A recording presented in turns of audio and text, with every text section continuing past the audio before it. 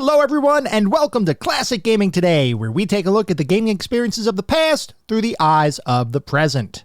I am your host, Tony, and today we're going to look at EverQuest, a massively multiplayer online role-playing game, or MMORPG, developed by Verint Interactive and published by Sony Online Entertainment on March 16, 1999 for Windows-based computer platforms, with a version for Mac OS X released several years later in 2003. We're going to talk about that game in just a couple minutes, but first, as is usual, just a little bit of housekeeping up front. This is episode number 78. I'm excited to be here. I hope all of you are as well. And this is a special episode, by the way, because not only is it a Patreon-sponsored episode, this one is sponsored by Sam Twardowski, but it is also our very first Nostalgia Trip episode. And these episodes are a little bit different. Normally, I go back and I play any of the games that we talk about, and then I give my sort of assessment as far as how well the game holds up today. Well, with EverQuest, it's a little bit different because EverQuest has evolved over the last 25 years. It is still in active development today. The EverQuest of today does not mimic the EverQuest of yesterday. So I have thought about this and I decided that rather than try to play the game today and talk about what it feels like today, which may or may not capture the way I felt about it in the past, and certainly the way others have felt about it in the past, I figured we would have a new, slightly different episode format where we do a nostalgia trip, which is effectively me reminiscing about what EverQuest was or what the game was versus what the game is. That'll become clearer as we go through the episode. We'll still have the history and all that good stuff. But anyway, that's what's going to happen today. If you want to reach out and let me know what you think of that concept, or just reach out about anything, talk about classic games or technology or whatever, there are a few ways you can get in touch with me. I have an X account with the handle @ClassicGamingT. I have an email address, which is classicgamingtoday@gmail.com, and we have a Discord server. The link is in the show notes. Discord is the best way to get in touch with me and the rest of the community around this podcast. We have a ton of fun out on Discord. We have weekly gaming challenges, monthly gaming challenges, prizes, awards, discussions. It's just a great time. I highly encourage you to check out our Discord. I also encourage you to check out our Patreon. It is patreon.com/classicgamingtoday. If you want even more Classic Gaming Today goodness, including an exclusive bi-weekly podcast expansion pack, patreon.com/classicgamingtoday is where it's at. I'd also like to give a shout out to our Pantheon patrons. They are ISO, Rich Senewal, David Morton, Sam Twardowski, and Sean Marshall. Thank you guys for supporting the show. Thank you all for supporting the show, whether you contribute monetarily or simply listen on a regular basis. I truly do appreciate all of the support. Before we move on, as today's sponsor, Sam has recorded a message that he would like everybody to listen to. So Sam, take it away. Hi everyone, this is Sam. I am Tony's brother, and my Patreon-sponsored episode is on EverQuest. I picked EverQuest because for me, it's one of the games that has the most nostalgia of being a young gamer, and I have many fond memories of playing that game with my brother and my cousin when we were younger. There's so many good things I can say about EverQuest, but I'm going to stick with just a few for now. The first is the music, which was simply put amazing. It created such an evocative feel. No matter where you were in the world or what you were doing, the music really felt right in the moment and just felt really good. I still listen to the soundtrack today, and every time I do, the nostalgia hits really hard. One of the other things that makes EverQuest feel very different than other games, and especially modern games, is the sense of discovery and exploration that you got when playing the game. Unlike modern games and modern MMOs, where you might have very specific paths to follow, or you might guide you exactly where you need to go, in EverQuest you didn't really have much of that. It was very open-ended, and you really kind of had to discover and explore the world on your own to find different quests and different things to do in the game. But beyond all of that, more than anything, were the friendships that we developed over the many years that we played EverQuest. Many of those friendships have continued on to today even. But whether we're going on a guild raid, grouping up for a dungeon crawl, or just chatting with someone, the game truly fostered a community feel. And for the most part, it made it necessary even to interact with and team up with other players to progress through the game. There wasn't a lot of things you can do on your own, with exceptions, but it really did create that community feeling. But overall, EverQuest is just a classic game through and through, and one of my favorite games I've ever played. And I'm looking forward to hearing more about it on this Patreon episode. Thanks, everyone. Bye. Thank you, Sam, for your message, your sponsorship, and your support. And like Sam mentioned, he is, in fact, my brother. So thanks for that too. For anyone who may be new, welcome. I'd like to take a brief moment to go over the anatomy of an episode because, for the most part, all of our episodes follow a very similar format and structure. We will always start by talking about the history of the game in question, the historical context, how was the game made, why was the game made, and then we move into a pseudo-review kind of section. And I say pseudo-review because it's not like we assign a numerical ranking or star counts or anything like that, but we do talk about every single game from several different perspectives. We take a look at the graphics. How does the game look? The sound and music. How does the game sound? The narrative and or story, if the game has one. Playability and controls and overall feel. What does it feel like to play the game today versus when it was released 20, 30, maybe even 40 plus years ago? We do all of that to reach a verdict as far as how well the game holds up today. And to do that, we assign each game to one of several categories.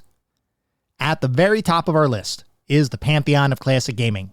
If a game reaches the pantheon, you know it is that darn good. It is a certifiable classic. You should go out of your way to play those games today. Just beyond the pantheon are our golden oldies. These are still really good games. I still highly recommend you play them, especially if you enjoy the genre in which the game exists. By all means, you should have a great time. They're not quite pantheon level, but they're still really worthwhile experiences, and I still highly recommend you go out and play them today. Beyond the golden oldies, we reach our mediocre mentions. This is where we start getting into the realm of games that I cannot recommend to the broad population. They might have aged a little bit, might have had a couple of issues to begin with. You may still have a good time, especially if you enjoy the genre in which the game lives. By all means, go for it, but I cannot recommend these titles to the broad population. And then beyond the mediocre mentions, we reach the footnotes. These are the games that are best left in the annals of history. I have played them, so you don't have to. I cannot recommend anyone play these titles today. They have either aged incredibly poorly, or they may not have been all that great to begin with. So, as it relates to today's episode being a nostalgia trip episode, we will absolutely still discuss history. We will absolutely still discuss what it feels like to play the game.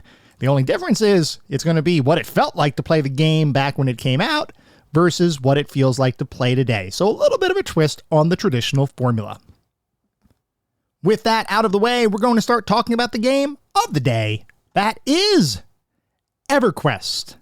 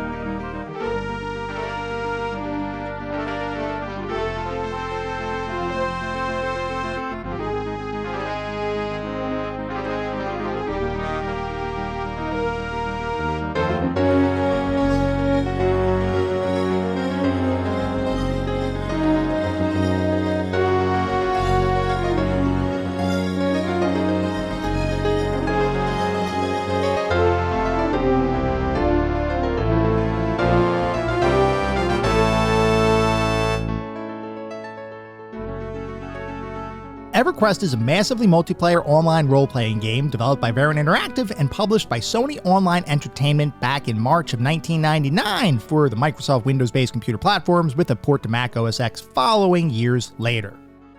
Before we can talk about EverQuest, we need to step back in time to look at the origins of online role-playing games in general, and to do that, we need to take a look at a couple of seminal works that would pave the way for those early online text-based experiences.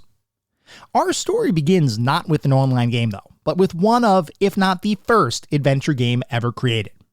That distinction belongs to Will Crowther's Colossal Cave Adventure, a title that we've talked about several times on various episodes of the podcast because it is so influential. I'm not going to rehash all of that backstory here, but to just refresh everyone's memory a little bit. Crowther and his then-wife had been avid cave explorers, and the prospect of discovering some new passageway or other hidden secret spurred them on to continue spelunking in various cave systems. Eventually, the two separated, which left Crowther with significantly less opportunity to spend time with his two daughters, as well as less of an opportunity to continue enjoying his hobby, as his wife remained with the cave expedition unit the two had previously worked with, and rather than face a constantly awkward situation, Crowther decided to quit the team. With Crowther feeling lonely, and without a suitable creative outlet, he decided to take his experience with cave exploration and discovery and convert it into a game. The thought being that while he was lucky enough to explore cave formations in real life, not everyone had the luxury of living near massive underground cave systems to do their own exploring. And further, not everyone had the fortitude or bravery needed to plumb the depths of the earth simply because it was there. Crowther reasoned, however, that if he could create a computerized version of cave exploration, while adding some additional Dungeons and Dragons-esque elements like treasures and traps, he might be able to create an experience that would appeal to a variety of people, while also potentially giving him a means to reconnect with his daughters through the joy of playing a shared game. With those goals in mind, Crowther ended up developing Adventure, or Colossal Cave Adventure, in 1975, a title that would effectively birth the entire adventure game genre, and would end up influencing countless future game developers, such as the legendary Roberta Williams of Sierra Online fame. In fact, Williams was so enamored with the game that she ended up spending multiple sleepless nights simply exploring Adventure's game world, and when she eventually completed the title, she knew that her life would be forever changed. She ended up becoming a prolific adventure game designer herself, as many likely know, and would just a couple years ago pay homage to the game that first captivated her back in the mid-70s by remaking the title in a modern 3D engine, all with Will Crowther's blessing. Anyway, outside of Roberta Williams, a number of other developers would become heavily influenced by Crowther's work, with many game designers setting out to create their own engaging text-driven adventure experiences. Over the couple years following Crowther's release, there would be a huge explosion of text-based adventures, many of which would end up making their way around university computer networks across the world. One of these text-based adventures, and another incredibly influential work, would be the original Zork, released in 1977 and developed by Tim Anderson, Mark Blank, Bruce Daniels, and Dave Liebling while they were all attending the Massachusetts Institute of Technology, or MIT. The story behind the creation of Zork is well beyond the scope of this particular episode, though I have no doubt we'll touch upon it in the future. For now, though, simply recognize that Zork would take the framework Crowther put in place with Adventure and evolve it, with a focus on allowing for more complex user inputs and computer instructions, as well as a desire to improve upon the somewhat convoluted puzzle design of Crowther's title. In many ways, Zork was designed as an unofficial successor to Adventure, albeit created by fans of the original game with no involvement from Crowther himself. Because Zork was being created during a time when computers were not yet mainstream, the title itself would, for a good chunk of its early life, exist solely on computer networks on college campuses. Interestingly though, Zork's initial distribution was not intended at all by the game's original developers. In fact, Zork's development team hadn't even planned on announcing the title, at least while it was still in development, because they knew they had a lot of work in front of them and they wanted to focus on the act of game creation rather than managing a community of potential players. But as is often the case, those intentions were soundly pummeled by the unintended lack of security on MIT's campus computer networks of the time. Back in the late 1970s, the internet was not yet a thing. But the concept of distributed networks of interconnected computers was in fact available in military and university settings, with one of the internet's most prominent predecessors, the Advanced Research Projects Agency Network, or ARPANET, being the de facto standard for universities across the world to communicate with one another. Well, Zork's development team, while they were creating the game, decided to store their in-progress work on MIT's computer network, which in and of itself is not a wild concept. The thing is, though, MIT's network was not actually all that secure, and effectively, if you had a connection to ARPANET and a way to access the server the code was stored on, you could access the files and do whatever you wanted with them. And because early computer game pioneers made up a large chunk of the people exploring the hidden recesses of ARPANET for cool things to run and discover, it didn't take long before someone noticed this new adventure game, Zork, after which it began getting distributed widely across ARPANET-connected machines, ballooning the total number of players and testers to hundreds of interested gamers and developers. Considering the game was still in development, This could have proved disastrous, but because experimentation and collaboration was the name of the game in the late 70s as it related to the computer industry, what ended up happening was a flood of feedback being returned to the game's development team, and over a period of a couple years, additional content would be added to the game, much of which originated from this very unplanned continuous feedback loop. While Zork's development and enhancements continued, intrepid computer programmers sought to expand the number of systems on which that original Zork code could actually run. The majority of computer systems of the 70s and 80s were largely based on proprietary hardware and software, meaning if you wanted your software to actually run on a specific computer, it would have to be coded for that computer itself. The concept of easily porting games from one machine platform to another was still in its early stages, so the act of porting games was, at this point in history, a very manual effort. This kind of work didn't dissuade early computer programmers, and in fact, a number of them relished the challenge of figuring out how to get a piece of software to run on a computer platform that it was never intended to run on. Such was the case with Zork in 1978. When a talented but unnamed developer took it upon himself to port the code to Fortran, which was an early computer programming language. Owing to the general adventure elements already present in Zork, that port would end up being renamed as Dungeon, which was done as a way to distinguish the modified code from the original Zork files. As Zork continued to spread to various computer platforms and the concept of text-based adventure gaming became more prevalent, it wouldn't take long before individuals started considering whether it might be possible to create an online adventure game, an experience where multiple players could engage with each other and share the same online world, solving puzzles collaboratively, fighting enemies as a team, and even, in some cases, participating in direct player-versus-player combat. This concept, along with the previously mentioned dungeon variant of Zork, is what inspired Roy Trubshaw, a student at the University of Essex in the UK, to develop his own take on an online adventure role-playing experience, which he christened as MUD, or Multi-User Dungeon. Listeners who are a little bit older might recognize that the general concept of a multi-user dungeon, or MUD, would become fairly prevalent across online forums, bulletin board services, and internet service providers throughout the 80s and early 90s. But as is always the case, concepts have to start somewhere, and in this instance, the concept of a MUD originated from Trubshaw's work in 1978.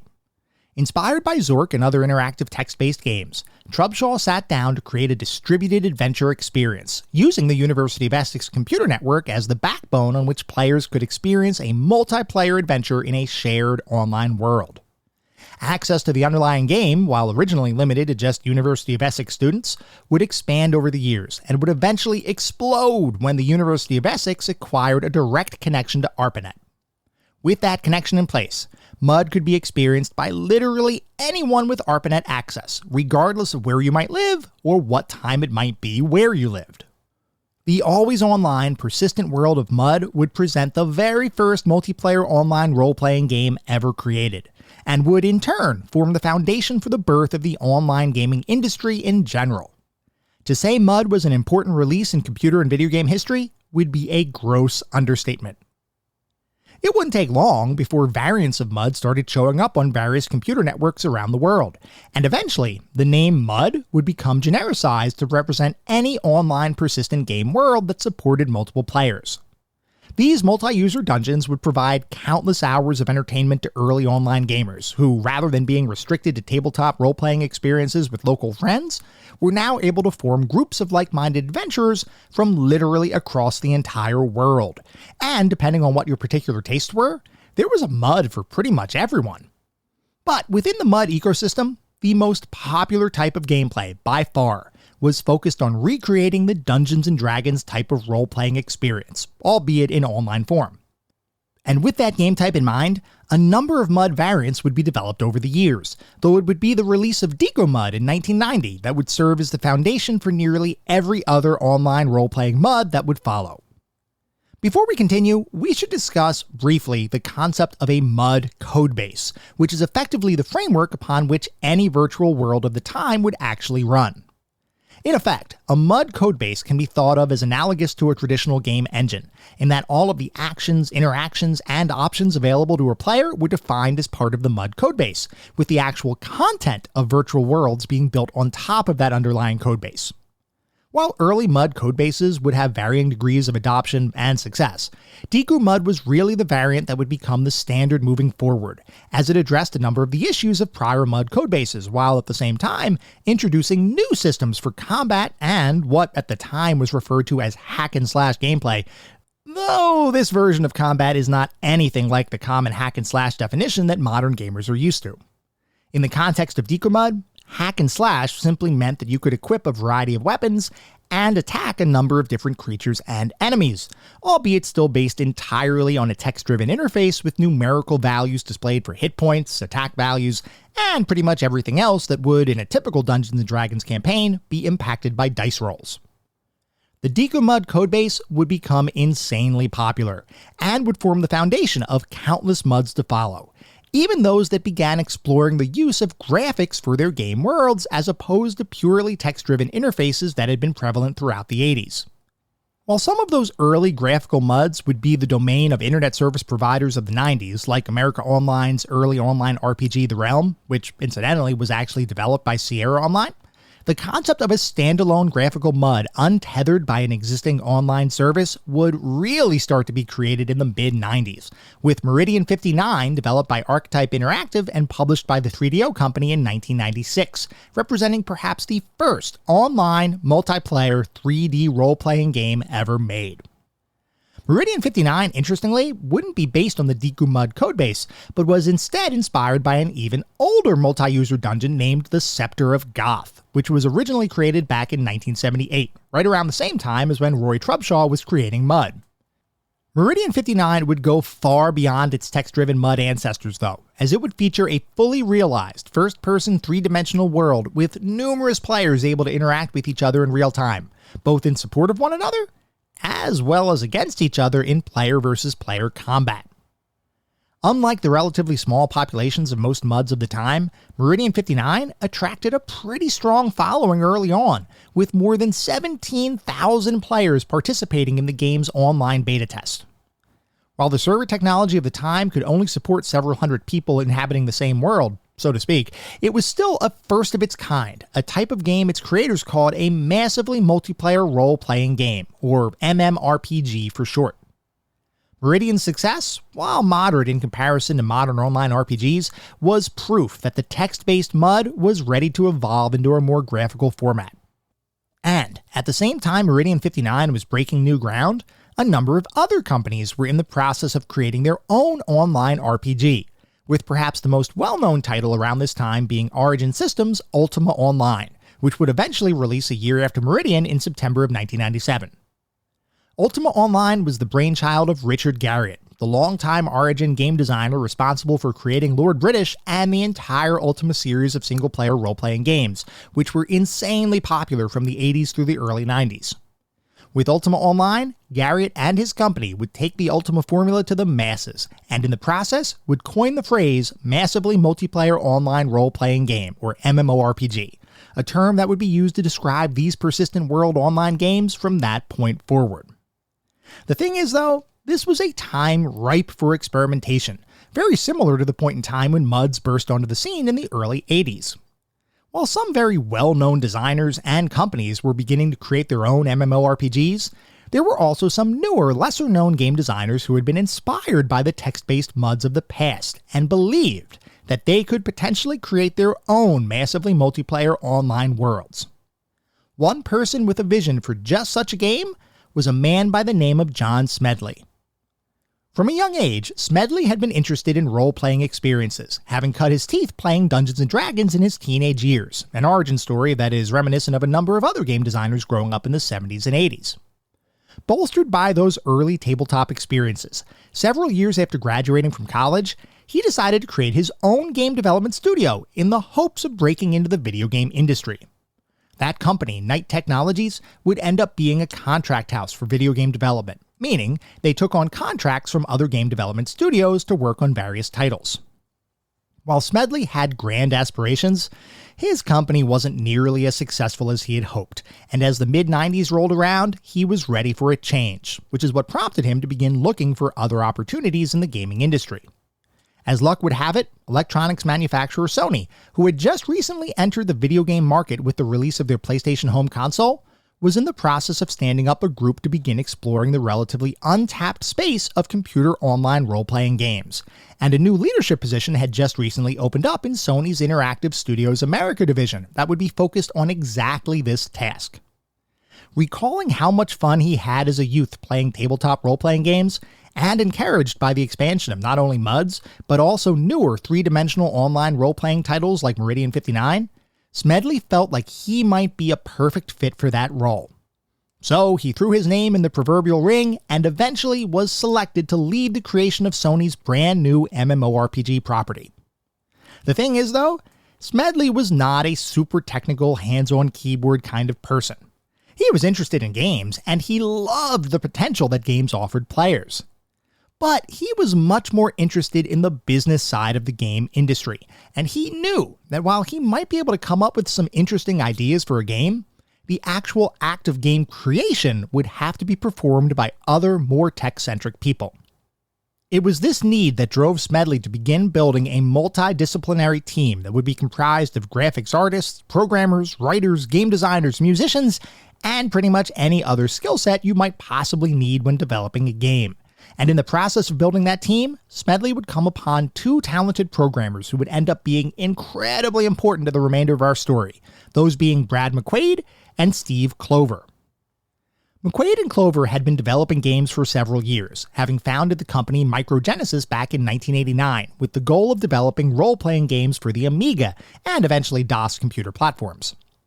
One of their early works, a single-player shareware RPG named War Wizard, caught Smedley's attention, and he believed that the creative force behind that game would be a perfect addition to the team he was putting together. So he reached out to both McQuaid and Clover, and after a brief discussion, the duo decided to join Smedley's team. With McQuaid and Clover now formally Sony employees, the two would begin working with Smedley to flesh out the concept behind the to-be-created MMORPG. As luck would have it, all three members of the team had prior experience in the text-based MUDs of the 1980s, and in particular, had intense fondness of online worlds derived from the Deku MUD codebase, which, like I had mentioned earlier, was pretty much the standard for MUD development following its release in 1990. Smedley, McQuaid, and Clover all agreed that if they could take the Deku MUD framework and turn it into an online three-dimensional graphically rich game, then they'd be sitting on a proverbial goldmine. Interestingly though, while Sony was enthused by the concept, a series of organizational changes would result in Smedley's internal team being shuffled around and eventually spun off from Sony entirely. While Sony, through their newly formed Sony Online Entertainment division, would remain the publisher for this forthcoming title, the actual development team would exist as a separate company entirely, which would eventually be named Variant Interactive. As Variant Interactive, work on the new MMORPG would accelerate, with the team expanding to include a number of other game designers and developers, many of whom had, like the original trio of Smedley, McQuaid, and Clover, extensive experience and fond memories of playing MUDs as teenagers. As the team grew and work continued on the game, a number of disparate ideas began to coalesce around some standard design concepts, such as a class, race, and faction-based system for player characters, a level-based progression mechanic to allow individuals to gradually become more powerful as they acquired experience points, a focus on group-centric combat, the creation of significant backstory and lore descriptions, a huge number of monsters to fight, a ridiculous amount of loot to equip, and, in the minds of the developers, a never-ending world that players could conceivably inhabit indefinitely. This concept of creating a game so expansive and engaging that players could basically quest in its world forever is what would directly drive the title for their forthcoming game, which at this point you've probably guessed was EverQuest. As work on EverQuest progressed, a number of individuals would fill vital roles across the team. Brad McQuaid and Steve Clover would primarily be responsible for the overall design of the title, and here McQuaid actually showed a degree of aptitude that surprised Smedley and the rest of the leadership team. It wouldn't take long before McQuaid would be promoted up the ranks, eventually becoming the executive producer for the title, while at the same time becoming the face of the project through direct interaction with the game's early fan community. McQuaid, being an avid role player himself, had conceptualized a paladin avatar named Aradun, who, in terms of EverQuest lore, would be a key figure in both the game as well as the extended community for the forthcoming title, and McQuaid's efforts in fostering that community directly led to increased interest in the upcoming game. Other members of the team would contribute in their own different but still meaningful ways, with game designer and writer Bill Trost being responsible for the overall history and lore of the game's world, Narath, and the creation of many of the major non-player characters that would inhabit the game's various continents, while designer Jeffrey Zatkin would end up being responsible for creating the spell system that Magic users would utilize. From an art perspective, Milo Cooper would be responsible for modeling the characters and creatures that would appear throughout the game's various biomes and zones. And, perhaps most famously, renowned fantasy artist and illustrator Keith Parkinson would be tasked with creating the box cover art for the game. Parkinson, by the way, is the artist behind most of the more recognizable Dungeons & Dragons artwork, such as the books based on the Forgotten Realms universe. If you've ever seen a D&D gamebook or novelization, you've probably seen Parkinson's work, or at a minimum, a derivative of his work. In the world of fantasy illustrators, he's kind of a big deal. Creating the music for EverQuest would fall to composer Jay Barbo, who, despite having full access to CD-ROM technology, would end up composing a series of MIDI synthesis-based tracks for the title across a wide range of styles, including hopeful melodies, pirate shanties, pensive mood pieces, thrilling combat beats, and a number of other songs that would all help the world of Narath come alive, creating an environment where players constantly felt a sense of adventure, no matter where they may walk. All told, over 55 individuals worked on the creation of EverQuest across a number of different disciplines, and while I've called out several members of the team explicitly, that in no way diminishes the efforts of the rest of the game's staff. To create a game as expansive as EverQuest required a significant amount of talent, and in this regard, the entire team performed at the top of its game. Eventually, all of the different pieces of EverQuest would come together, and the game would be ready to release to the world on March 16th of 1999. And with that release, the MMORPG genre and the entire concept of online role-playing games rapidly entered into mainstream pop culture. Like we've talked about, EverQuest was not the first online role-playing game, and it wasn't even the first MMORPG. But what it was the first massively successful online role-playing game, and here it wasn't even close. Ultima Online released back in 1997, and it had been the leader in the space, having leveraged its single-player RPG heritage to create a strong subscription-based player population that exceeded 100,000 active accounts prior to EverQuest's release. Considering each of those subscriptions cost $10 each month, that was a pretty good amount of recurring income for a title that could, potentially, be maintained in perpetuity with a constant profit. Well, EverQuest nearly doubled those subscription numbers in less than a year after its release, en route to a peak of 550,000 active subscribers by 2003, making it the most played and purchased MMORPG on the market at the time. All of that attention and commercial success was for good reason, as critics and players alike agreed that EverQuest was an incredibly high-quality experience that had never been attempted or achieved before. Critics praised the game's depth, graphics, lore, and gameplay, noting that EverQuest was the first title to truly take the role-playing and gameplay concepts of traditional MUDs and turn them into a next-generation kind of experience. And interestingly, that evolution of online MUD-based gameplay and concepts was not without some real-world controversy. Recall that many of EverQuest's designers, including John Smedley, Brad McQuaid, and Steve Clover, had grown up playing MUDs, and in particular were fond of games derived from the Deku MUD codebase. Well, it turns out that EverQuest skewed so close to Deku MUD's gameplay concepts that some people believed that EverQuest may have actually stolen Deku MUD's code, with the only real improvement being the addition of graphics over the text-based interface of the original. This rumor, which was inadvertently started at an industry trade show by, ironically, a Verint Interactive employee, would eventually gain the attention of the group that developed Deku MUD, which drove Verint to issue a sworn statement that EverQuest was not, in any way, based on Deku MUD's codebase. That was enough for the Deku MUD team, and they announced that they were content with Verint's statement, which effectively eliminated any residual controversy that may have existed.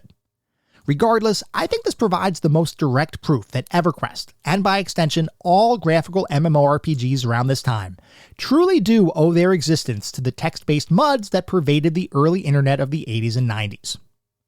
This Deku MUD situation is far from the only controversy surrounding EverQuest, as like I mentioned, it became insanely popular after its release, so much so that it received mainstream news coverage in which it was named EverCrack. In fact, EverQuest addiction was a real issue, and there were a number of gamers who began to shirk off real-world responsibilities like jobs, school, and personal care in favor of their online avatars and the pursuit of ever-increasing experience point totals. The gameplay loop that EverQuest implemented, where a new piece of loot was just a drop away and social interactions could be enjoyed without even needing to get dressed, was admittedly addicting. And while I never quite reached the point of true addiction in my own EverQuest career, I can certainly see why some people did succumb to the continuous allure of the online world of Narath. Despite those and other controversies, EverQuest managed to endure and remain a significant part of online gaming history. And speaking of history, most of the time when we take a look at the creation of a game, our discussion effectively stops after its release, or at a minimum a year or two following its release. With EverQuest though, our discussion by necessity has to take a different turn, because MMORPGs are designed to be continuously improved upon, enhanced, and grown. The thought being that the base game you start out with is just the foundation upon which expansions, updates, and new features will be built. EverQuest in this context is no exception, and though the original team behind the game is no longer involved with its maintenance, EverQuest as a product maintains an active community and development team even today. Amazingly, EverQuest just celebrated the release of its 30th expansion back in December of 2023, and there are no signs of it slowing down anytime soon. While it might not be as popular as it once was, it still maintains an active player base of over 50,000 people, and those fans are about as devoted as any gaming community across the industry. Beyond EverQuest's longevity, its legacy is also seen in the proliferation of the MMORPG genre in general, as after EverQuest's release and success, numerous other development studios began creating their own MMORPGs. Some, like Blizzard's World of Warcraft, would take EverQuest's general structure, polish it to a near blinding shine, and reap the associated rewards. Others, like NCSoft's City of Heroes or Sony's own Star Wars Galaxies, would end up shutting down their servers despite a fervent fan base who still loved playing those games. Others still, like Final Fantasy XIV, would literally reinvent itself over the years to advance the state-of-the-art in MMORPG game design. While the number of MMORPGs released over the years following EverQuest's launch is almost countless, one thing is common across nearly every title. The reason for their existence, at least in some part, is attributable to the fact that EverQuest itself exists. Without EverQuest, it's unclear if the MMORPG genre would have ever become the juggernaut that it is today. Speaking more specifically about EverQuest itself, the game would continually add new features, continents, enemies, loot, dungeons, and pretty much whatever else you might imagine over the course of the last 25 years. And for many players, EverQuest represents some of the fondest memories of their collective gaming careers. Many critics and players still maintain that EverQuest is one of the best games ever created, and considering how many lives EverQuest has touched, and the overall quality of the title, it's not hard to see why that sentiment is still prevalent across online gaming circles. While EverQuest remains in active development today, it has also spawned several offshoots and sequels over the years, with its direct sequel, EverQuest 2, also being an actively developed MMORPG with expansions still being released today. Some other EverQuest-related efforts, unfortunately, were not nearly as successful, such as the proposed EverQuest 3, which was known as EverQuest Next, and the related Minecraft-esque world exploration and building simulation EverQuest Next Landmark, both of which were cancelled several years after being initially announced. While those cancellations certainly stung the player community, the fact that several EverQuest-related products still maintain active, strong player communities decades after their original launches is a testament to the love and respect that many gamers have for EverQuest as a franchise, and I for one remain hopeful that EverQuest remains a permanent fixture in the MMORPG space well into the future.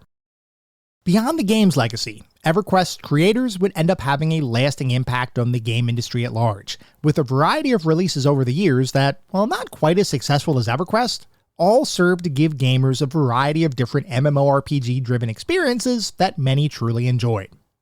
Brad McQuaid, perhaps more so than any other original EverQuest team member, remained a key figure in the MMORPG space, having led the creation of Vanguard Saga of Heroes in 2007, and most recently spearheading the creation of the forthcoming title Pantheon Rise of the Fallen, a game that is still in the process of being developed.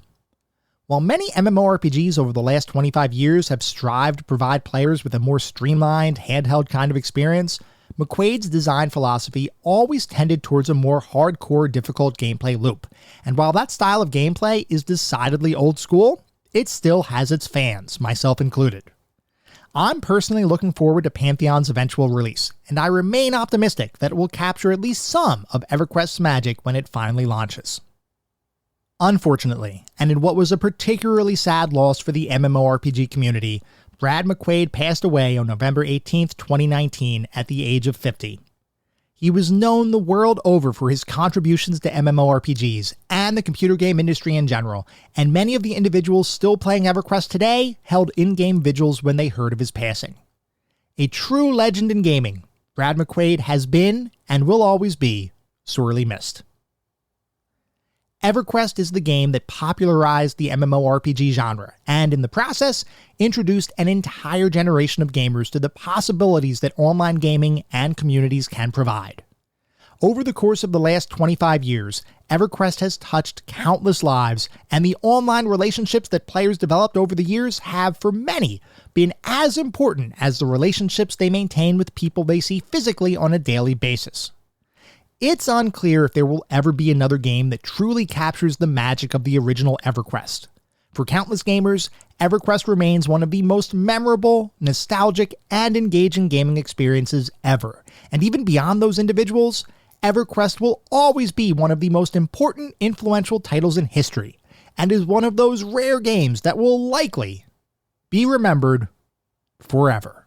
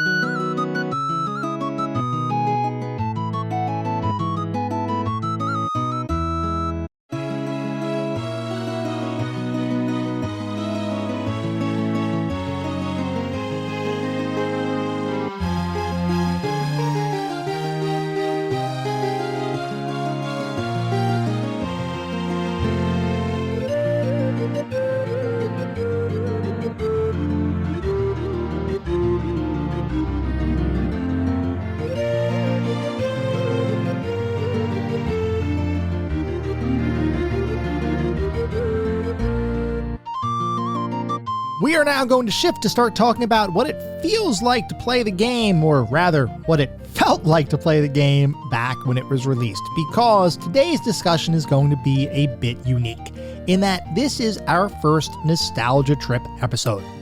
Sometimes there are games that change so dramatically from their original inception that trying to determine if that original release holds up today is an impossible venture.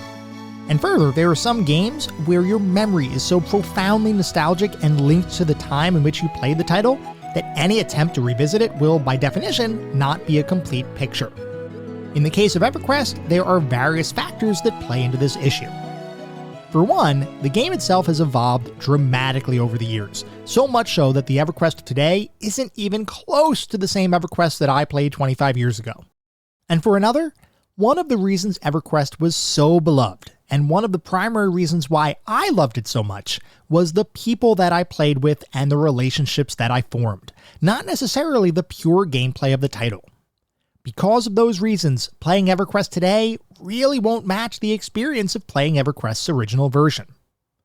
That's okay though, because this episode is all about basking in the warm glow of nostalgic thoughts, which is why we're not going to talk about what EverQuest is. We're going to talk about what EverQuest was to me.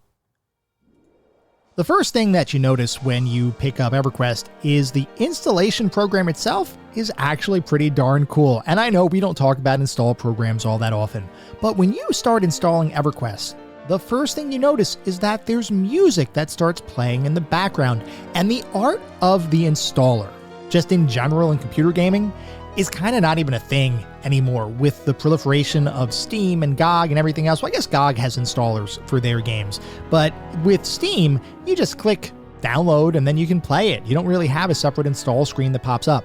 With older computer titles in EverQuest, you would have a separate install program, and in EverQuest, that install program was accompanied by pictures that would cycle through and music that would play that would really get you engaged and ready to go with that eventual EverQuest experience. I know the music here, at least from my perspective, is simply awesome.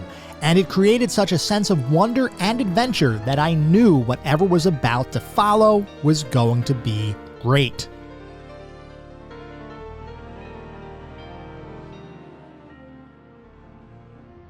Finally, though, the installer completes and you are ready to play EverQuest. And if you've started up EverQuest for the first time, the first thing you need to do is make your character. And here is where the game starts going absolutely crazy in a good way. As you're making your character, you don't just have to pick your character's name. You also have to pick the character's race and class. And here is where things get really unique. With EverQuest, depending on which race you would choose, you would have a number of different factional alignments that would be selected. So race was not just a visual thing in this game. As an example, let's say you picked orcs as your race. You wanted to be an orc.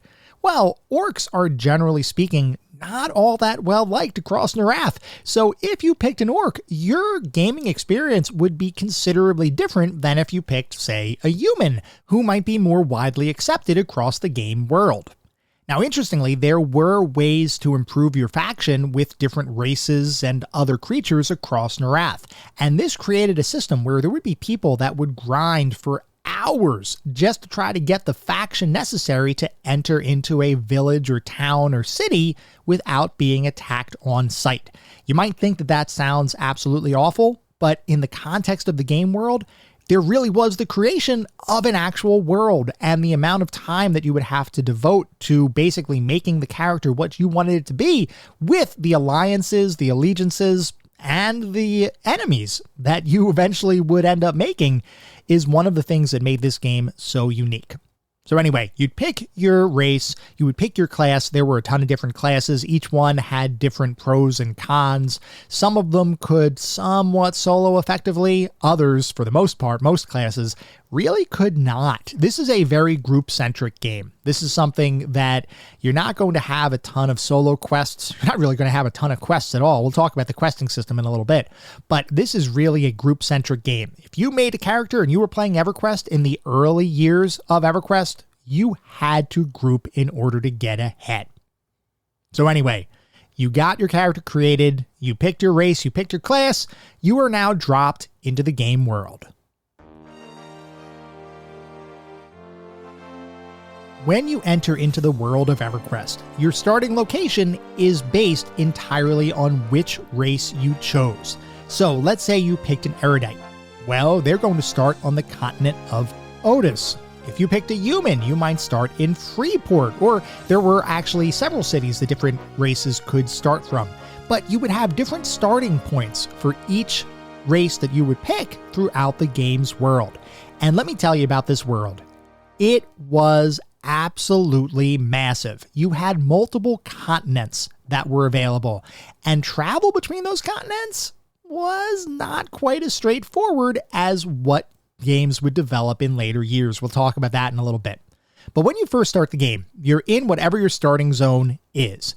And what you'll notice very quickly is that there is no hand-holding here at all. You have some very basic equipment that's given to you at the beginning of the game, and then you're basically just told, you're in our world now, and you've got to explore. Now, you don't have any maps. There are no maps in EverQuest, or at least there were no maps in EverQuest until much later in the game's development cycle when maps started to get integrated. There used to be websites that I would go to, in particular one called EQ Atlas, which had maps of each of the different zones. There were actual people devoted to being cartographers to actually make maps that would be usable by the rest of the gaming community. And those maps I actually printed out and put into a gigantic EverQuest binder that I would reference frequently before in-game maps became a thing. Eventually, there was actually an in-game mapping system that was added to the game that people could actually map out the zones themselves, or of course download maps from the internet and get them integrated into the game. There was also a really cool EverQuest Atlas book that was an official book published by Sony that I do own, which is kind of awesome. It has descriptions about all the different zones and things like that. But the bottom line is, when you first start EverQuest, you have no map whatsoever. You've got to learn how to navigate yourself. You'll get really good at figuring out common landmarks in different zones. And as an example, you might hear some zone-wide chat that's being talked about, and there might be shouts or out of character transmissions, so to speak, that are coming out, and they refer to different landmarks. So one of the big ones, at least on my server, which was Povar, around this time, was the East Common Lands Tunnel. And that was the spot for any sort of auctioning and trading and all that kind of stuff back in the Freeport area. And I'm going to be talking a lot about different landmarks and cities and towns and things like that. I'm going to talk about them as though it was a real world, because honestly, EverQuest kind of was. So you make your way over to the East Common Lands Tunnel, you might get some buffs, you might be able to talk with different people over there, trade for some items or whatever, and then you go off to have your adventure. And the cool thing about EverQuest was that every single place that you visit had some sort of backstory to it. You might go in there and you might not recognize there was any backstory, but in the creation of all of those zones and the world, every single zone had some thought behind it, some lore behind it.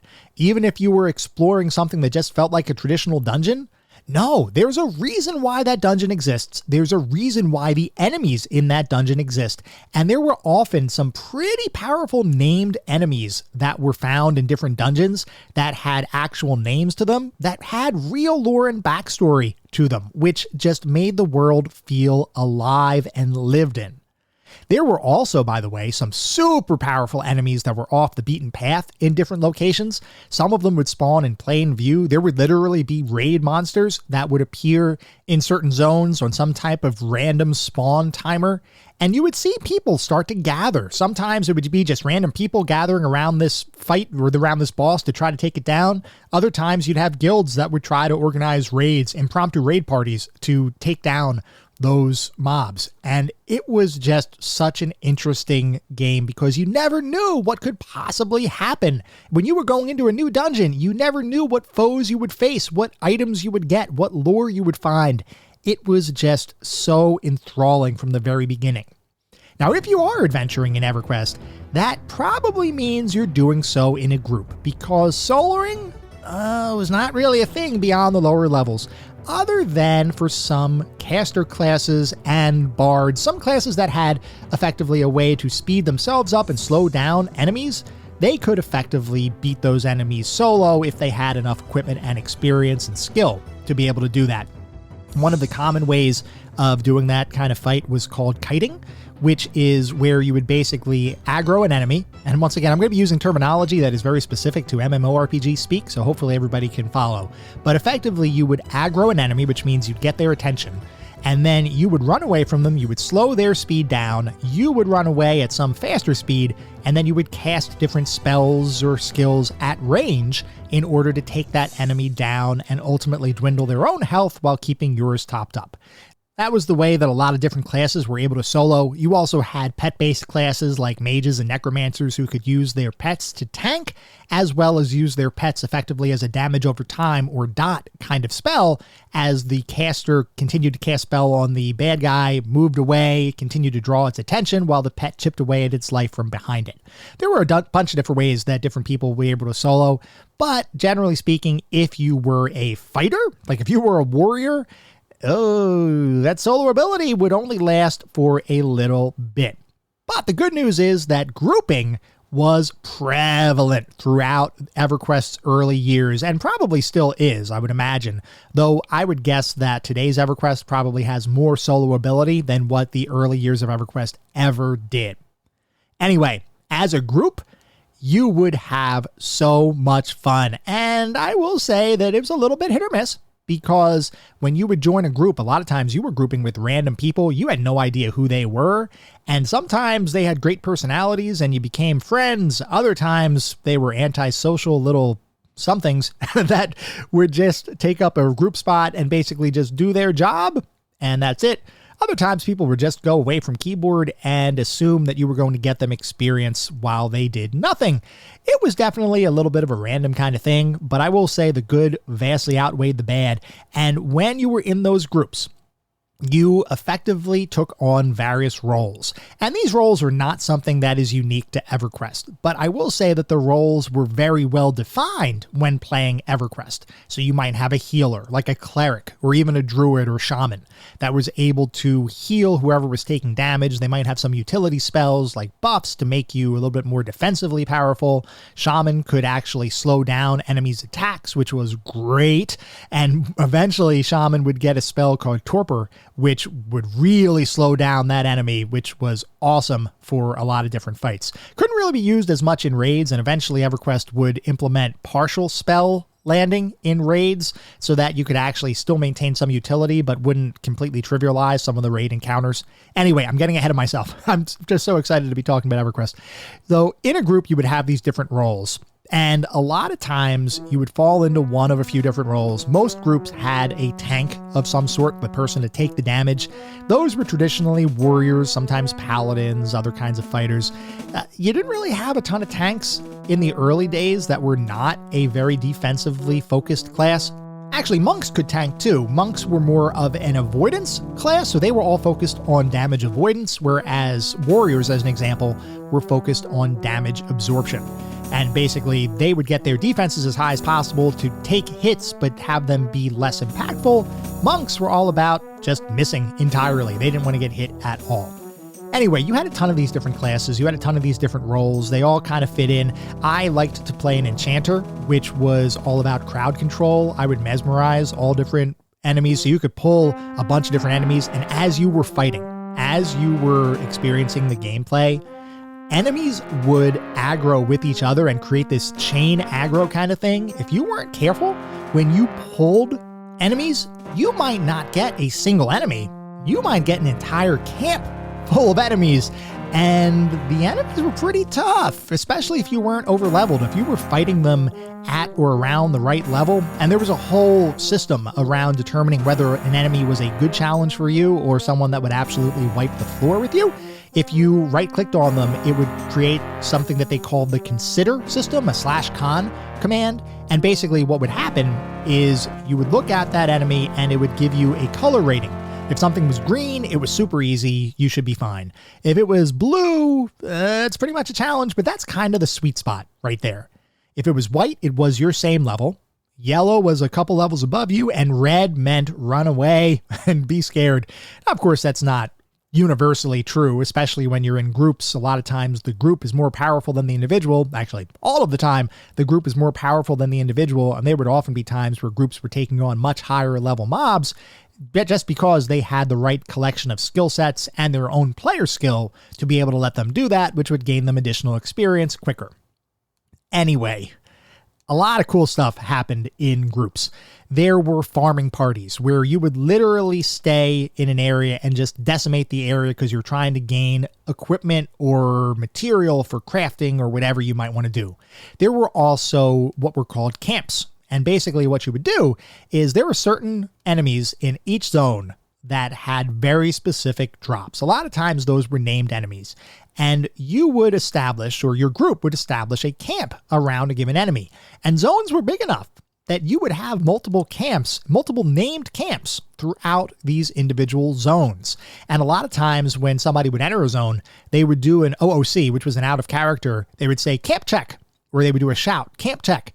And then somebody from each group would be something like Orc Camp 1, Orc Camp 3, or if you were in, say, Lower Guck, which was one of the dungeons there, you might see Raster, which was one of the epic mobs that you needed for the monk epic weapon. We'll talk about epics in a little bit. But there were this whole feeling of there were certain camps and different people were at different camps. It created this sense of interaction and community that was unlike anything that had come before and is very unlike anything that I am currently experiencing. I know there are tons of MMORPGs out there today. I'm not sure if this same kind of thing is happening or if a lot of the stuff is more instanced, meaning rather than being in a collective world, you're kind of in your own separate instances doing your own quests, which means you don't have contention for things. The contention for different mobs and weapons and enemies and things like that, it was something that could cause some frustration, especially if you had limited time and you were just trying to get a couple of kills of a given spawn in before you would go off to work or school or whatever. But at the same time, it created the sense that this world was actually lived in by multiple people. Now, as you played the game, you would, of course, acquire various loot and weapons, and you would also acquire experience. Now, leveling in EverQuest was a little unique. In many RPGs, there is a gradual experience curve where your early levels take less experience and then your higher levels take more experience. That's pretty traditional in the RPG space. EverQuest, because of the mathematical formula that was created for leveling and for the experience curve, for some reason, every single 5 levels would be what was called a hell level, which meant that if you got to, say, level 35, as an example, 35 was going to take double or maybe even triple the amount of experience required to get from 34 to 35. And then once you hit 36, the experience curve leveled out again and it became easier to level. I don't know the exact mathematical formula that generated this, I'll call it a feature, but I will say that it was something that was very interesting and it was something that the community was very well aware of as soon as they hit one of those hell levels. And eventually, when EverQuest did expand beyond 50 levels and they went into levels 51 through 59 on the way to 60, those levels required a lot more experience to get. They were effectively all their own individual hell levels, and it took a lot of time to level. The other thing to keep in mind too is that when you died, you would actually lose experience. You could lose levels by dying too much. You would also, by the way, drop your corpse, which meant you had no equipment available to get back to your corpse, and that created what were called corpse runs, which we'll talk more about in some of my memories from EverQuest, because I do have a list of memories that I want to go through that kind of bring all of these different mechanics together and show how they actually played out in reality. So anyway, you're leveling, you're having these hell levels, you eventually get experience. If you're a caster, you will notice that up until I think it was level 35, and I might be wrong about that number, but it was up until a certain level when you would need to recover your mana. You had to meditate, and meditating involved sitting down. You had to sit down to meditate, and until a certain level, you had to stare at your spellbook. You couldn't actually see what was happening on the screen. You had no visual representation of your environment or the monsters that were being fought by your group. You just sat there, looked at your spellbook, and you hoped that nothing bad was happening. Now, of course, there was the chat system where you would be able to see if somebody said, oh, there's an enemy here or something, or aggro or attack or incoming or something like that. You would then be able to pop up and hopefully help your group dispatch whatever enemy was coming in, or in some instances, try to get ready to run away because your puller just aggroed a ton of people. They created a train, which is effectively one of those aggro chain kinds of things that could pull a ton of enemies to you, and that would ruin your day sometimes. And then, of course, sometimes you would run away and create trains that would go into other groups and you piss them off. It was a great time. But yes, if you were a caster, you could not see the screen while you were meditating until you got to a certain level. And as a caster also, you needed to buy and find spells. You didn't automatically get spells when you leveled. You actually had to make money and buy spells, and sometimes, if they were rare, find spells dropped. And you also had a crafting system where you'd find different pages of spells that you would then pay a crafter, or if you were yourself a crafter, put them together, combine them to create spells. There were a lot of mechanics here around leveling, progression, and I'm not even talking about looting and the fact that as you would loot and gain different equipment, Some of them would be better than others. Some of them would have stat effects on them. Some of them would have effects that would be literally game-changing, like the fungi tunic, which would actually give you life regeneration. That was one of the most coveted items in the game in those early years of EverQuest. There were just so many things here, and it sounds complex. And I will agree that it is fairly complex. But when it all came together, it created an experience that was unlike anything else and just really captured my imagination.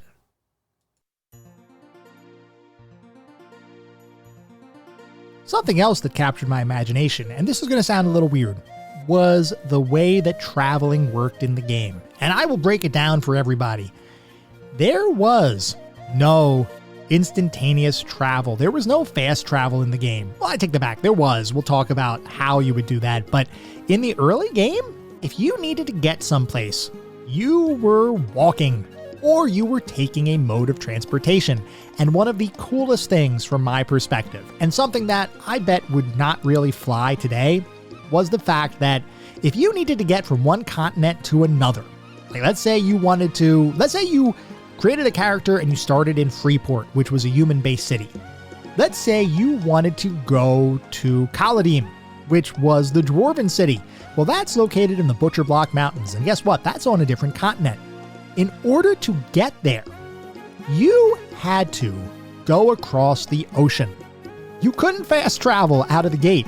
You had to go to your docks. So you would go to the docks, you would wait for the boat, which could take 15 minutes to show up. And the boats actually ran on a continuous cycle. It was actually run on a schedule. If you missed the boat, you were going to be waiting for a while. So you'd wait for the boat. The boat would eventually come to the docks. You'd get on the boat along with other players, and then you would start your oceanic voyage. And guess what? You wouldn't just magically go from Freeport to Butcher Block Mountains. You would have to pass through the Ocean of Tears, an entirely separate zone that was based on, or that basically created an ocean in Narath, which was the overall land of EverQuest, was Narath. So you're on this ocean, or you're in this ocean, and you're on this ship. And as you're looking around, you see different islands dotting the ocean. And you think, well, wait, is there something over there? And you know what? Yes, there were. There were actually islands with different enemies, unique enemies. There were sirens on different islands, which kind of plays into the overall mythology around sirens trying to allure sailors to their eventual doom. It was just so cool to be standing on this boat, to not know what the heck's going to be happening. To know that you were safe. If you were on a boat, you were pretty much safe, unless you jumped into the ocean, in which case, good luck, because there were monsters in the ocean, there were monsters on the islands, and good luck getting back onto a boat. So if you were on a boat, you were safe, and all you could do while you were sitting there for the 10 to 15 minutes of the voyage that it took to get from one place to another was think about what you were going to do once you got there. What adventures were you going to have once you got to your eventual destination? Eventually you would get there, you'd get off the boat, and then you would go off and do whatever it was that you wanted to do. But it was that sense of anticipation that is entirely missing from today's games, or at least mostly missing from today's games, that I thought the fact that you were actually able to slow down a little bit, or at least the game made you slow down, actually enhanced the experience. Even though you might think, oh God, I don't want to wait 15 minutes just to get where I'm going. I want to get there immediately. My time is precious. Yes, I absolutely agree. Time is precious. But within the context of a living, breathing world, it makes a ton of sense to have to wait, to have a little bit of delayed gratification. And that kind of thing is what the travel system enabled. Now, I did mention that there is a sort of fast travel, or there was a sort of fast travel in the game. You could befriend a wizard or druid who could port you to different locations. Not every location. If you were a druid, you had to be able to port to a location that had a druid ring associated with it, and not every zone did. There were some other zones that only wizards could port to. They had wizard teleport areas that you would be able to go to. And the thing is, each of those port spells were specific to the location you were going to. And in order to get those spells, you guessed it, those wizards and druids would have had to actually find and or make or buy those teleportation spells. So there was no guarantee that if you walked up to a druid that was, say, level 40, that they would have a teleport spell to Greater Feydark. It just wasn't a guarantee. It wasn't a thing. Eventually, over time, people would get those spells and it became more pervasive. And eventually EverQuest would, with their one expansion, the Planes of Power, would introduce a mechanic where certain zones would have direct teleports to where you wouldn't need to actually work with a wizard or druid to go there. Once again, that was limited too. So the whole act of traveling in the game was pretty unique in comparison to what we have today. Not necessarily unique back then, but they did it really well and I enjoyed it. The one other thing I want to mention with traveling is that depending on what class you were, depending on what race you were, you may have night vision or you might not. If you were a dark elf, as an example, you had, I believe it was called ultravision, which enabled you to see very clearly in the dark. If you were a human, good luck, especially if you were trying to go through Kithakor Forest at night, which after night fell became overran with all sorts of evil creatures at a higher level than what it would otherwise be during the day. If you found yourself lost in Kithakor Forest at night and you were a low-level player, good luck on that one, because you were probably going to die, especially if you didn't have any way to help see at night or help see in the dark. There were different items you could acquire. You could get a torch. You could have a spell buff cast on you. You might be able to find a dead will-o-wisp that gave off a light source that would at least light up the area around you, but there was no guarantee there. Traveling around Narath was dangerous. It was not something that you should take for granted. I mentioned earlier that one of the core ways of progressing in EverQuest was by grouping. You would group with people, you would camp at different spots, you would farm different items, you'd eventually get more powerful.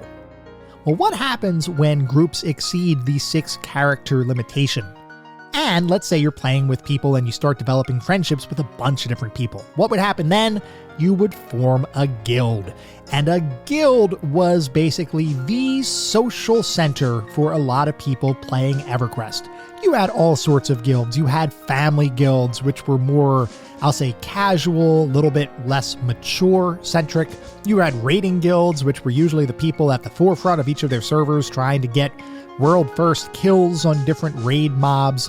You had so many different kinds of guilds. You had crafting guilds where people were just devoted to crafting and using the game's in-depth crafting system. All sorts of things. I belonged to a guild on Povar called Heroes Unlimited. Actually, eventually became one of the co-leaders of that guild over time. And that was something where we were mostly a family guild. We did get into some raiding, but we were never a raiding guild. We would raid occasionally, I'd say maybe once or twice a weekend, not necessarily on or like clockwork, but we would raid quite a bit. We would never hit the big targets. By the time we would hit a target, it was probably an expansion or two old, if not longer than that, because that just wasn't our focus. Our focus was on creating a really cool community where people could hang out. Actually, very similar to our Discord community, where we just had a bunch of people and they were just all nice people. And we just had fun grouping together and raiding together and questing together. Questing, that's something we should talk about a little bit. Because unlike many games, you did not have a quest journal when you played EverQuest. You didn't have exclamation points or question marks over individual non-player characters' heads that said, hey, there's a quest here. You had nothing like that. In order to figure out if something was happening or that there was something you could actually interact with or a quest you could acquire, you had to go up to these random characters and hit the H key on your keyboard, and that meant hail. So you would hail character X, and then character X would respond with something. They might say, hey, so-and-so, how are you doing today? Have you heard the rumor? And rumor might be in brackets.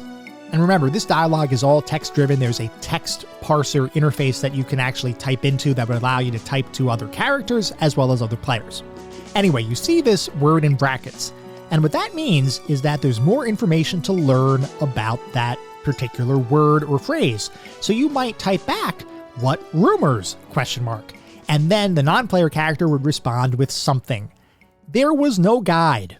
There was no help in finding out where quests were, what certain quests could be, who had different quests, or how to complete certain quests.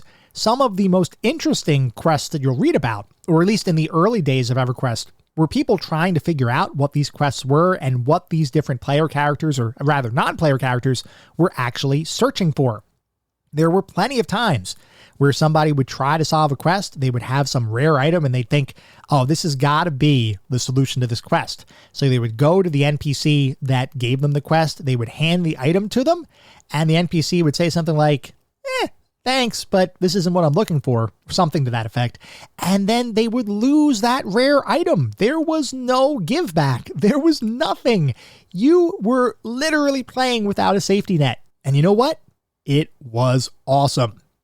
But by far, some of my favorite questing was the pursuit of epic weapons. And the way it worked was for each individual class, there was a weapon that was light years beyond every other weapon in the game. They were that class's epic weapon, which had a ridiculous chain of quests that you had to figure out and go through or follow a guide for, depending on when you were playing that particular quest. Because there were different websites that would spring up that would have a lot of this information. There was a website called Alakazam, which I frequented a lot to talk about or to find out different information about zones and items and quests and things like that. But there were a lot of different sites that were devoted to different EverQuest topics. There was a site called EQ Monks, which was all about monks. There was an EQ Druids, which was all about druids. There were all of these kind of things, and it was just a really cool thing to be a part of, a community that was building around this massively online game. So epic weapons were amazing. And they were also really difficult to acquire, not just because a lot of times you would have to fight some really challenging enemies and raid monsters, but also because a lot of times those enemies or spawns or whatever were not always available. You had to camp for sometimes days, by the way. The Cleric Epic, which required a dragon named Ragefire, you had to camp for days potentially, and there were other people trying to camp at the same time that would not always honor your camp, which meant that once Ragefire spawned, you better amass a force of people that can go out and take it. And I remember one of the clerics that were in my guild, when they were camping for Ragefire, we had groups of people sitting, doing basically nothing for like a day and a half, just waiting for Ragefire to spawn. It's the kind of thing that sounds absolutely insane today, given the fact that everything we have is pretty much instant gratification. But it took so much time. And you know what? It was still fun because we were just sitting around. We would chat. Maybe we would pull a couple of monsters, do a little bit of camping in the general area to try to get some experience or level up some alts or something like that.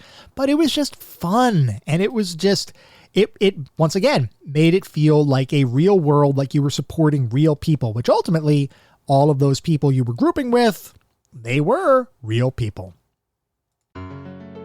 As you can probably see, there were a lot of mechanics in the game, and there were a ton of mechanics that I haven't even talked about, but I could probably talk for hours just about what it felt like to play EverQuest.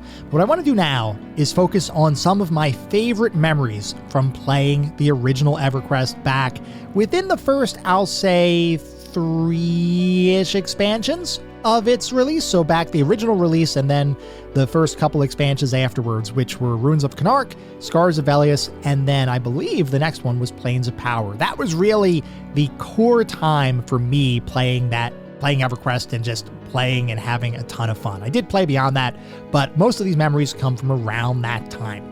My first memory that I want to talk about is the Coldane Ring War. This was something that came with Scars of Velius. And just to explain a little bit, in Scars of Velius, you had 3 different factions that you could potentially align with. You had the dwarves, you had the giants, and you had the dragons. And each of those different factions had a series of different quests, items, and different features that if you chose to align yourself with each of those individual factions or one over another, you would then get some sort of benefit to doing that. The Coldane Ring War was one of the quests that was associated with the dwarves in Scars of Velius, and specifically in the city of Thurgadine. And what you would do is over 10 different stages, and I say stages loosely, but basically it was a sequential quest that you would have to progressively take this ring and develop it further and further and further by taking on different enemies and trying to get different rare drops over a period of time until eventually you got to the highest level of the ring, and that culminated in what was called the Coldane Ring War, which was a multi-hour raid that effectively was an assault on Thurgadine, on that entire area. And you had to basically cover the assault from multiple locations, multiple spots, as different raiding parties would appear and try to attack. You had to keep the different NPCs of the Dwarf Kingdom alive. And if you did that, if you managed to do that and defeat all of the different spawns and bosses and raid mobs that were coming at you, you would be awarded with the Coldane Ring, the highest possible level of that ring that you were questing literally in some cases months for. I remember that when my brother actually got that, I think he was the first in our guild to get the Coldane Ring and for us to complete the Coldane Ring War. And one of my fondest memories was we were in the icy lands of Velius. We were having this fight. We had already been fighting in the Ring War for maybe like an hour and a half or so. And then over this ridge, right by the dwarven town, there was a gigantic spawn of giants, and they started charging the town. And nobody was nearby at that point. We had all been scattered around. And I remember the shouts going out across the zone, saying where it was spawned, where all the different bad guys were, and how they were charging the city. And everybody from the guild started to converge on this one location. And as that was happening, because we used to listen to, my brother and I and my cousin actually all used to play in the same room when we were playing EverQuest. And at this time, we would listen to different music to keep, just kind of have background music as we were playing the game. And we had a pretty cool playlist, at least cool in my thoughts, that was from The Lord of the Rings, because holy cow, how can you get more epic than Lord of the Rings music? So as we're doing that, we all start to converge. The entire guild converges on one location. And at that point, the music from the Bridge of Khazad-dûm plays from Lord of the Rings. And you hear the bum, bum, bum, bum, bum, bum, as everybody charges into this giant army. And the battle that ensues was incredible. And eventually we win and we get the Coldane Ring. And oh my God, probably one of my favorite memories in all of gaming. The most epic feeling you could ever have, at least in my opinion. It felt so awesome. Oh, that was an emotional roller coaster. There were some other memories that were not quite as epic, but were still really awesome. There was a zone called High Pass Hold, where if you went into the basement, there were a number of goblin camps. There were around 3 goblin camps of progressively different difficulties or progressively higher difficulties. And we had so much fun, my brother and I, camping down there with different groups and just pulling a bunch of goblins and killing them. And if some of the camps weren't occupied, we would pull multiple camps at different points. And I mentioned I was an enchanter or at least for the most part, I was an enchanter for my main. I went through a few different mains over my EverQuest career. I was an enchanter. That was probably my longest one. I also had a monk, which I played for quite some time. I had a paladin. I also had a cleric, which was kind of my multi-box or dual box character, where I would have 2 accounts and 2 computers set up next to each other, and I would play both at the same time. You could really only do that effectively with a healing class, because you just set up hotkeys and you hit heals and things like that. Anyway, I would play a bunch of those. I also made a Berserker at one point when it came out in a later expansion, but that's a story for another time. So I had all these characters, and when we would pull a ton of different mobs, or we'd get trains or aggros from a bunch of different groups, as an enchanter, I was able to mesmerize a bunch of them, and which basically meant I would make them unconscious or put them asleep. And as long as nobody touched them, and I refreshed the mesmerize in a fair enough amount of time, they would just stay out indefinitely, assuming I didn't get a resist. If I did get a spell resist, something bad's going to happen. But that was so much fun. I also remember going for at least one step of my Paladin Epic weapon, which involved a fight against an enemy called Lucan Delir. Now, Lucan Delir was the fighter guild leader in North Freeport. I think it was North Freeport? It was in Freeport, definitely in Freeport. And as you go through this Paladin Epic, you have to get a bunch of different swords. And eventually that ends in the Fiery Defender, which is literally a flaming sword of awesomeness. It looked so cool.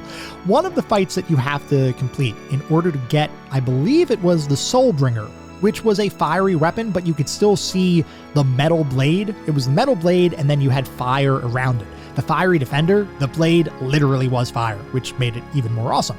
But in any event, in order to get the Soulfire weapon, you had to defeat Lucan Delir. And apparently Lucan Delir was kind of a bad guy, even though he had attained a rank of prominence within the Fighters Guild in Freeport. He was actually a bad guy. And as a paladin, as part of your epic, you had to defeat Lucan Delir. There was just one problem with that. Lucan Delir, being the leader of the Fighters Guild, had every single guard in Freeport on his same factional alliance, which meant if you had to fight Lucan Delir, you had to fight pretty much all of the guards in Freeport, and doing so would potentially set your faction up to be kill on sight, even if you were a human, which I was a human paladin. And in order to complete my epic quest of righteousness, I needed to defeat and basically make myself a kill on sight individual with my hometown. Trying to get Lucan Delir out of Freeport was an interesting endeavor, especially because the guards of the time, when you would have a guard in a town, most often they were max level, because the thought was if you were fighting something, if a low-level character was fighting something in the yard out in front of a town and they got in trouble, they could run to the guards and the guards would save them, assuming they had the right factional alliance. If not, they could potentially be killed too. So trying to get Lucan out of there and fight those guards, which were ridiculously high level, this was once again something that required the collective force of our guild to do. And because of that faction hit that would come when you would do that, the guild itself, the people that would help, actually took that same faction hit without regard to their own factional alliance with that town, just to help me get a piece of my epic. That's what I'm talking about, this whole community thing. There were so many people that came together to collectively support other people. It was just an amazing time. I have so many other memories of EverQuest, but I also recognize that this is getting kind of long, and I feel like I want to talk more, but I know that I want to be respectful of everyone's time, because like I said, I could literally talk for hours about this thing. But the one memory that I do want to leave everyone with, and this is not a specific memory, it is just the concept of guild parties and guild grouping. My guild was awesome, and I know I'm biased in that opinion, but I legitimately loved the people in my guild. I thought it was such a great community of people. I remember waking up early, forcing myself to wake up early every single weekend in order to group with and play with people from across the world. I had Australian guildmates who were winding their day down as I was just signing on in the morning, or I guess more specifically, they were kind of in the later night time as I was in the very early morning time. And we would group together. We'd go to these different zones like Vexar, which was underneath the Lake of Ill Omen. It was this new dungeon that was really cool and really difficult. We would go and do all sorts of different things. We'd try to get different drops for different members of the guild. And the community and the camaraderie that came along with that, across every single memory I have, was really being driven by the people that I played with. And that's the real moral of this story. At the end of the day, what made EverQuest special was not simply the awesomeness of the game itself, but rather the people who you would come across and help out, the countless characters that you would yourself receive help from, and the long-lasting friendships that would form along the way. When I think back on my time with EverQuest, most of my fondest memories involve the camaraderie of my guild, not the simple act of acquiring loot or gaining levels. I mean, sure, that stuff was fun too, but for me, EverQuest was so much more. I doubt there will ever be another experience in gaming quite like firing up EverQuest for the first time and the thousands of times after that first time, but I still hold out hope that some game in the future will recapture that spark. Even if that never happens though, I will forever cherish my memories of playing EverQuest early in the morning before most sane people were even awake, or late into the evening in the pursuit of a guild first raid kill. Regardless of whatever the future may hold, one thing is for certain. I will always remember EverQuest, and it will remain one of my favorite games from now until the end of time.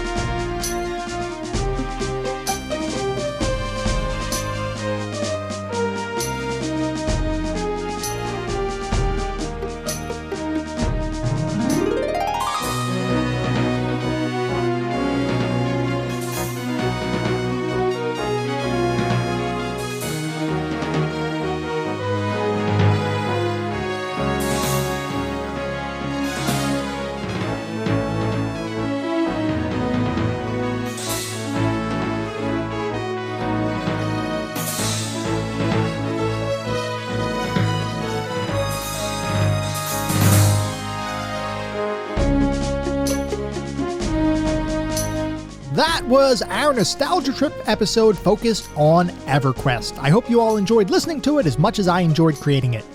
If you'd like to reach out, let me know how I'm doing, provide feedback, comments, suggestions, or just talk about classic games and technology in general. I would love to hear from you, and there are a few ways you can reach out. I have an X account with the handle @ClassicGamingT. I have an email address, which is classicgamingtoday@gmail.com, and we have a Discord server. The link is in the show notes. Discord is the best way to get in touch with me and the rest of the community around this podcast. We have a ton of fun out on Discord. I highly encourage you all to check it out. I also encourage you to check out our Patreon. It is patreon.com/ClassicGamingToday. So if you want even more Classic Gaming Today goodness, including a bi-weekly exclusive podcast expansion pack, patreon.com/ClassicGamingToday is where it's at. Before we sign off for the week, I do want to mention that our next episode is going to be focused on Altered Beast, so feel free to write in if you have any particularly fond or not so fond memories of that experience. At the same time, I recognize you're likely listening to this podcast on any number of podcast services, and if you would feel so inclined, it would be great if you could leave me a review. This is not about bolstering star counts, this is not about trying to harvest a ton of 5-star ratings, though if that happens, awesome, it means we're doing something right. No, what it's really all about is trying to create the content that everybody wants to listen to. The only way to do that is to try to get feedback from the community to make sure I can make this the best possible podcast I can. We get new listeners every single day, which is absolutely amazing. I want to continue to make sure I'm delivering the content that everybody finds interesting. We'll be back in around a week with our next episode focused on Altered Beast. Until then, remember, sometimes the games of the past are just as good, if not better, than the games of today. Goodbye, everyone.